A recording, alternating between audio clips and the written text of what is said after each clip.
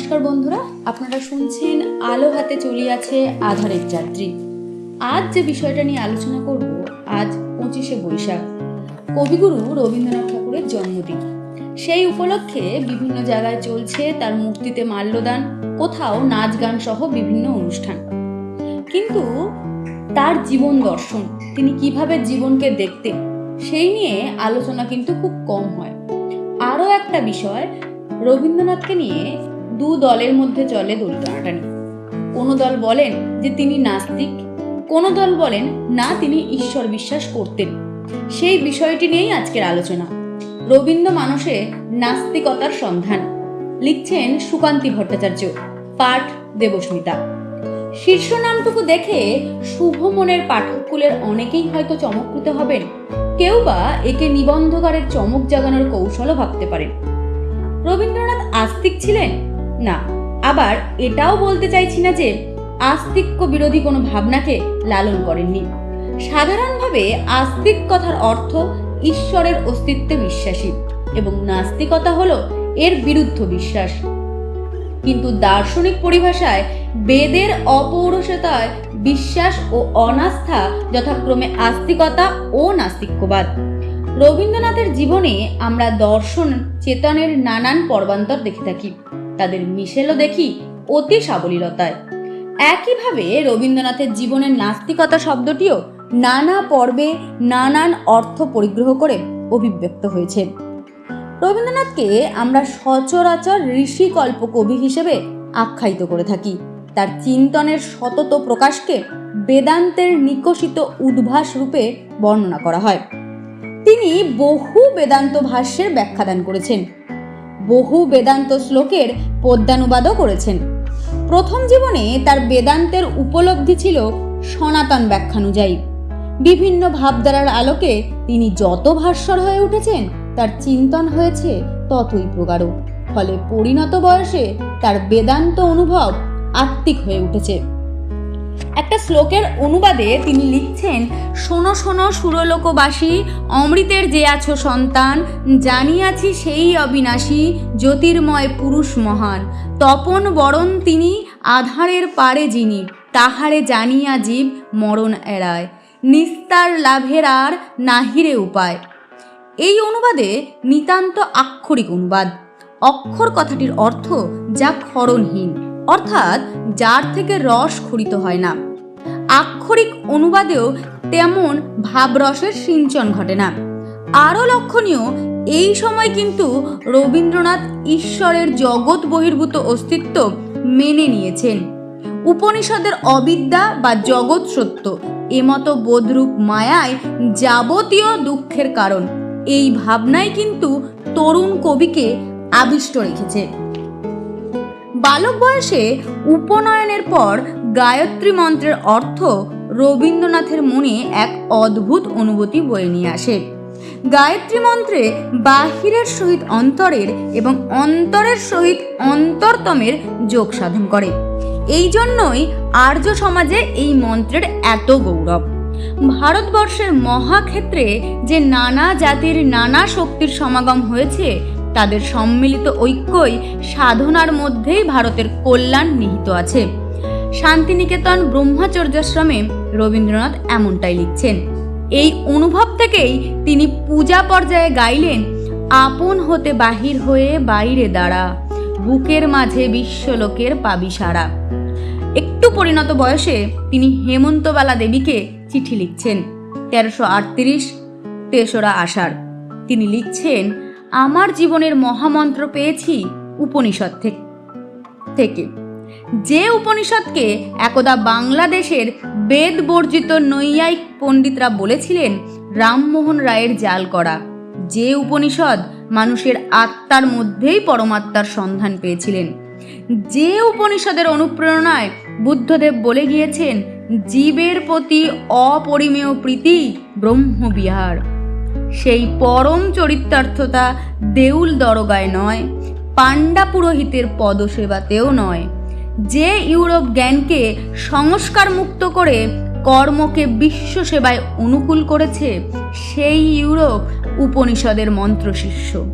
জানুক বা না জানুক, সেই চিঠিতেই তিনি লিখলেন, আজকের ভারতের সঙ্গে পুরনো ভারত যাকে বলা হয় তা মেলে না সেই উপনিষদের সঙ্গে যিনি বলেছেন, এষ দেব বিশ্বকর্মা মহাত্মা সদা জনানাং হৃদয় সন্নিবিষ্ট।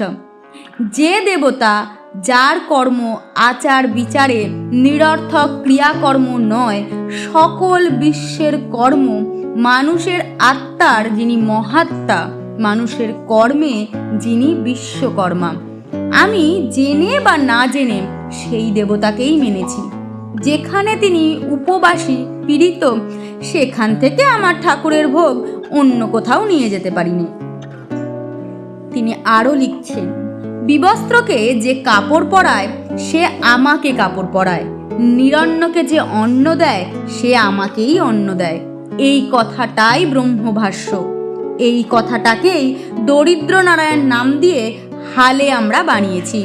দরিদ্রের মধ্যে নারায়ণকে উপলব্ধি ও সেবা করার কথাটা ভারতবর্ষের জাল স্বাক্ষর করা। আমাদের উপলব্ধি প্রধানত গ্রহ ব্রাহ্মণদের মধ্যে। এভাবেই ক্রমশ রবীন্দ্রনাথ তার মানসপটে ধর্ম সম্বন্ধে ভিন্নতর অনুভবের প্রকাশ ঘটালেন। তিনি ধর্মকারার প্রাচীরে বজ্র হেনে অভাগা দেশে জ্ঞানের আলোক আনার আহ্বান জানালেন। তিনি ধর্মকে ২০ কন্যার সাথে তুলনা করে তার মোহময় আলিঙ্গন চুম্বনকে নিষ্ঠুর শক্তিশাল অপেক্ষা মোলায়েম অথচ ভয়ঙ্কর শক্তিশাল রূপে বর্ণনা করলেন। ঠিক এইভাবেই তিনি ক্রমশ অচরিতপূর্ব মানুষলোকে আমাদের উত্তীর্ণ করার সচেতন প্রয়াস সূচিত করলেন। ৮ই আষাঢ় ১৩৩৮ তিনি হেমন্তবালা দেবীকে লিখছেন, কত লোক দেখেছি যারা নিজেকে নাস্তিক বলেই কল্পনা করে, অথচ সর্বজনের উদ্দেশ্যে নিজেকে নিঃশেষে নিবেদন করছে। আবার এ তো প্রায় দেখা যায় যারা নিজেকে ধার্মিক বলেই মনে করে, অথচ তারা সর্বজনের সেবায় পরম কৃপণ। মানুষকে তারা নানা উপলক্ষেই পীড়িত করে বঞ্চিত করিয়া রাখে। হেমন্তবালা দেবীর বোন কেমন নিষ্ঠা ভরে সময় নির্ঘণ্ট মেনে তার বিগ্রহের সেবা করেন, তার বর্ণনা পড়ে রবীন্দ্রনাথ লিখছেন ৩১শে জ্যৈষ্ঠ ১৩৩৮। তিনি লিখছেন, ঠাকুরের সেবায় যে বর্ণনা করেছে তাতে স্পষ্ট দেখতে পাই সেই মাতৃহৃদয়ের সেবায় আকাঙ্ক্ষাকে বড় করে পরিতৃপ্তি দেবার জন্যই এই কাজ। ঠাকুরকে ঘুম থেকে তোলা, কাপড় পরানো, পাছে তার পিত্তি পড়ে, এই ভয়ে যথাসময়ে আদর করে খাওয়ানো ইত্যাদি ব্যাপারের বাস্তবতা আমার মতো লোকের কাছে নেই। প্রাণের বেদনা যে আমার প্রাণেও বাজে না তা নয়, কিন্তু সে বেদনা যথাস্থানেই কাজ খোঁজে। কাল্পনিক সেবায় নিজেকে তৃপ্ত করবার চেষ্টা একেবারেই অসম্ভব। আমার ঠাকুর মন্দিরেও নয়, প্রতিমাতেও নয়, বৈকুণ্ঠেও নয়। আমার ঠাকুর মানুষের মধ্যে, যেখানে ক্ষুধা তৃষ্ণা সত্য, পিত্তিও পড়ে, ঘুমেরও দরকার আছে। যে দেবতা স্বর্গের, তার মধ্যে এসব কিছু সত্য নয়।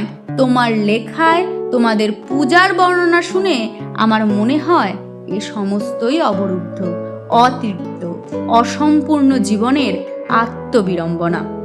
এসব কথা বলে তোমাকে ব্যথা দিতে আমার সহজে ইচ্ছে করে না, কিন্তু যেখানে মন্দিরের দেবতা মানুষের দেবতার প্রতিদ্বন্দ্বী, যেখানে দেবতার নামে মানুষ প্রবঞ্চিত, সেখানে আমার মন ধৈর্য মানে না।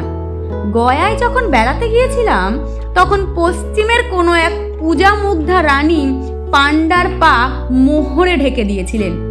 ক্ষুধিত মানুষের অন্নের থালি থেকে কেড়ে নেওয়া অন্নের মূল্যে এই মোহর তৈরি। দেশের লোকের শিক্ষার জন্য, অন্নের জন্য, আরোগ্যের জন্য এরা কিচ্ছু দিতে জানে না, অথচ নিজের অর্থ সামর্থ্য, সময়, প্রীতি, ভক্তি সমস্ত দিচ্ছে সেই বেদি মূলে, যেখানে তা নিরর্থক হয়ে যাচ্ছে। মানুষের প্রতি মানুষের এত নিরৌৎসুক্য, এত ঔদাসীন্য অন্য কোনো দেশেই নেই। এর প্রধান কারণ এই যে এদেশে হতভাগা মানুষের সমস্ত প্রাপ্য দেবতা নিচ্ছেন হরণ করে। এই চিঠিরই অন্য অংশে তিনি লিখছেন, ফ্লোরেন্স নাইটিঙ্গেল যুদ্ধক্ষেত্রে আহত সৈনিকদের শুশ্রূষা করেছেন। সেখানে নারীর পূজা সত্য হয়েছে। আবার অন্যত্র লিখছেন, সম্প্রদায়ের গণ্ডির ভিতর থেকে বাঁধা অনুষ্ঠানের মধ্যে তারা পূজাকে নিঃশেষিত করে তৃপ্তি লাভ করতে পারেন না, কেননা তারা মনের মানুষকে দেখেছেন মনের মধ্যে, মানুষের মধ্যে, নিত্যকালের বেদিতে।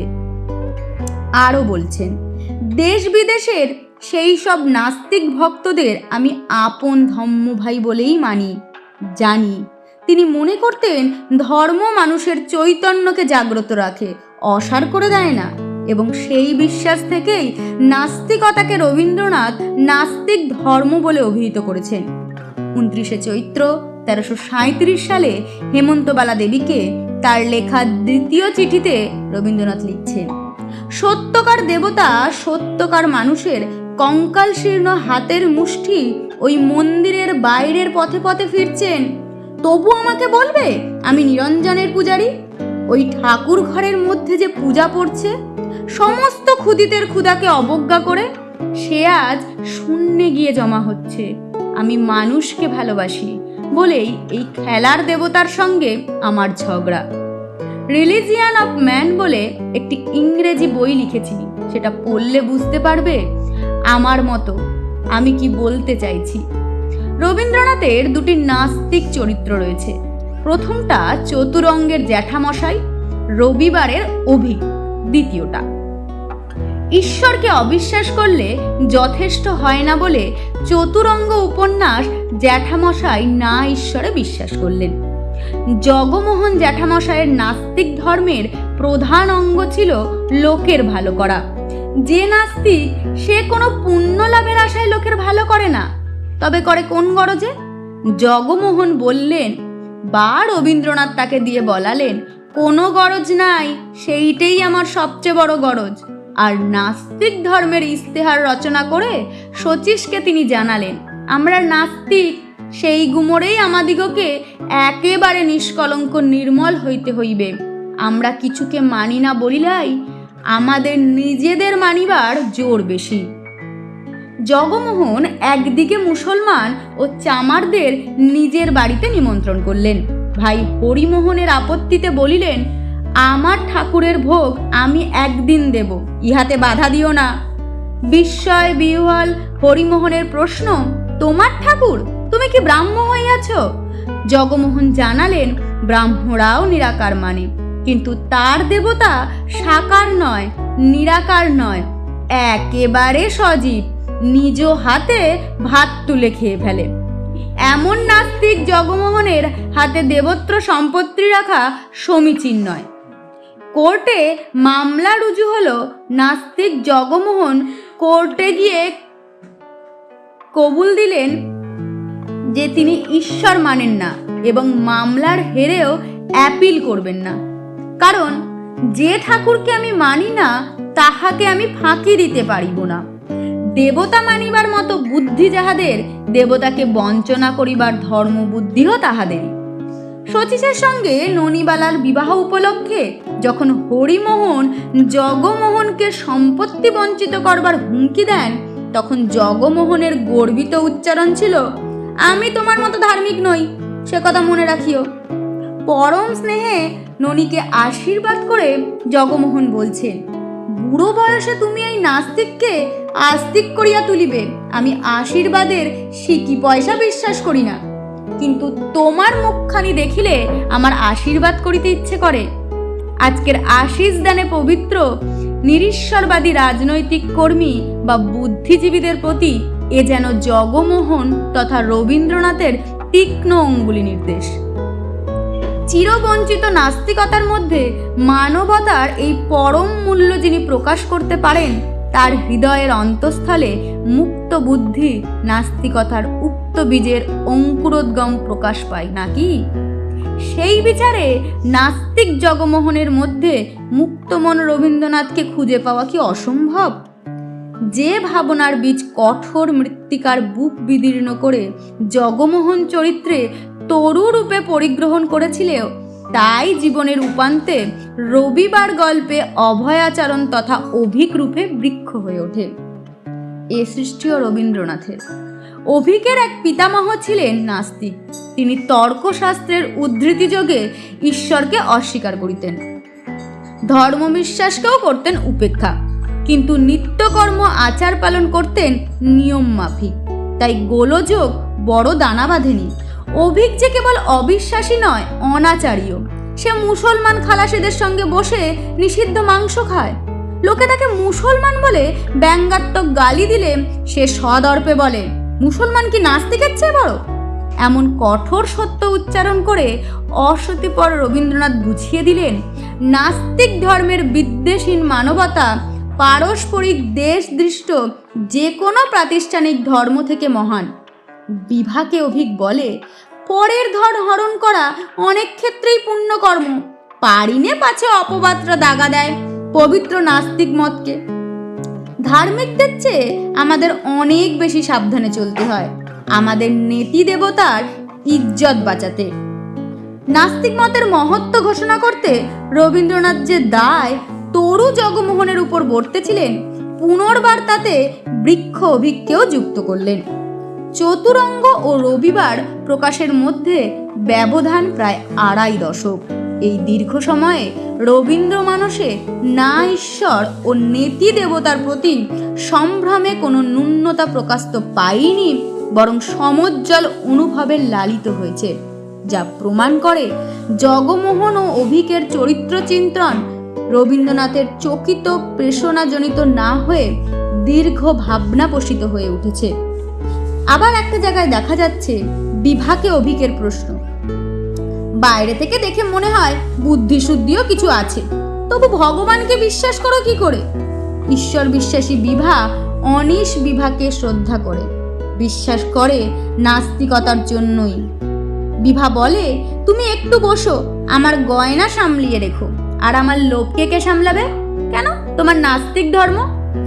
এইভাবে নাস্তিকতার যে জয়গান আশৈশব ঈশ্বর বিশ্বাসী রবীন্দ্রনাথ উপস্থাপনা করলেন, তা সমগ্র বঙ্গ সাহিত্যেই বিরল।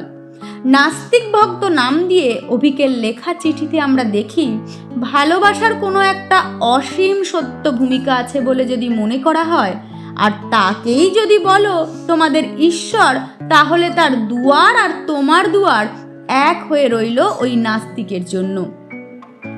নাস্তিক অভিকের এই পত্রাংশে কি আমরা খুঁজে পাই না ঐশী ভাবনায় লালিত রবীন্দ্রনাথের পূজা পর্যায়ের গানগুলোকে, যেখানে তিনি বলেন, তোমার আমার মিলন হবে বলে আলোয় আকাশ ভরা, তোমায় আমায় মিলন হবে বলে ফুল্ল শ্যামল ধরা।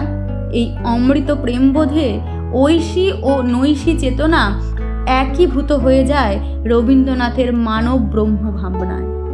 রাশিয়া থেকে ফিরে আফিম স্বরূপ ধর্মের মূলোৎপাটনকারী রুশেদের পক্ষ নিয়ে রবীন্দ্রনাথ বললেন, অন্য ধর্মের অন্য দেশের ধার্মিকরা ওদের যতই নিন্দা করুক, আমি কিন্তু নিন্দা করতে পারবো না।